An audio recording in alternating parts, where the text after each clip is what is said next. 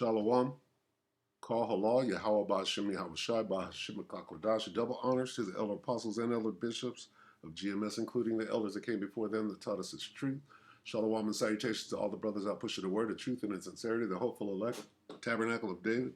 To the Akwat that are listening and learning, being a pillar of rest, the 144,001 third, the hopeful elect of Israel, on the brother Yashawan, back with the World War III Daily Update. Shalom and salutation to you all. Joel 3 and 9, proclaim this among the nations, prepare for war, rouse the men, rouse the mighty men, let all the men of war advance and attack. Here's the point: beat your plowshares into swords and your pruning hooks into spears. Let the weak say, I am strong. Well, you can't beat plowshares into swords, right? If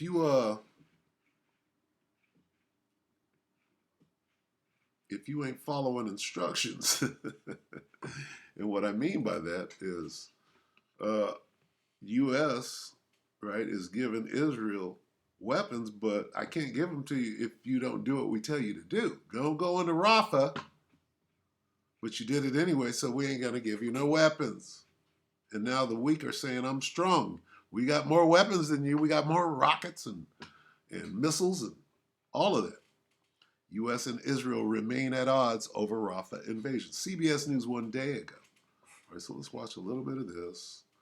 They're basically going to say, well, we can't conduct our genocide, right, without the approach. The number of bombs that we drop on Rafah, right, will depend on who else comes after us, right? If America doesn't keep giving us weapons, we have to be very sparing in this Rafah invasion, right? Because right after the Rafah invasion, here they come, right? Anyway, CBS News. A UN resolution to grant Palestine additional rights and privileges was approved by the General Assembly Friday. That measure also calls on the UN to reconsider Palestine's bid for membership. The U.S., Israel, and 7 other countries opposed the measure. The UN Relief and Works Agency tells CBS News that there are only 3 days' worth of food supply remaining in their stockpiles in Gaza. Well, the United Nations says more than 100,000 Palestinians have fled Rafah over the past few days due to increased Israeli bombardment. For more on the state of the war and the U.S. response, we're joined by CBS News national security contributor Sam Vinograd. So, Sam, the U.S. and Israel have been at odds, really, over policy stances towards Rafah for a while now. Has either side budged?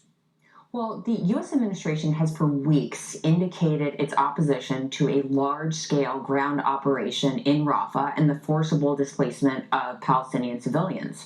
The Israeli government, for its part, has indicated that going into Rafah is critical to ultimately defeat Hamas. It was against this backdrop, Lana, that this week Israel launched a, relatively speaking, limited operation in Rafah after advising Palestinian civilians in part of the city to evacuate. It was against this backdrop that news leaked that a U.S. weapons shipment containing certain 500 and 2,000-pound bombs has been paused. Now, the U.S. administration has come under criticism for pausing that shipment, while the president has said that U.S. support for Israel is ironclad.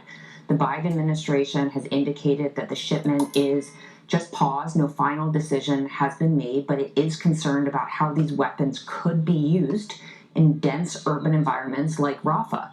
And in a CNN interview this week, President Biden indicated that he would consider suspending certain weapon shipments to Israel if they did go into Rafah. And so it's a problem.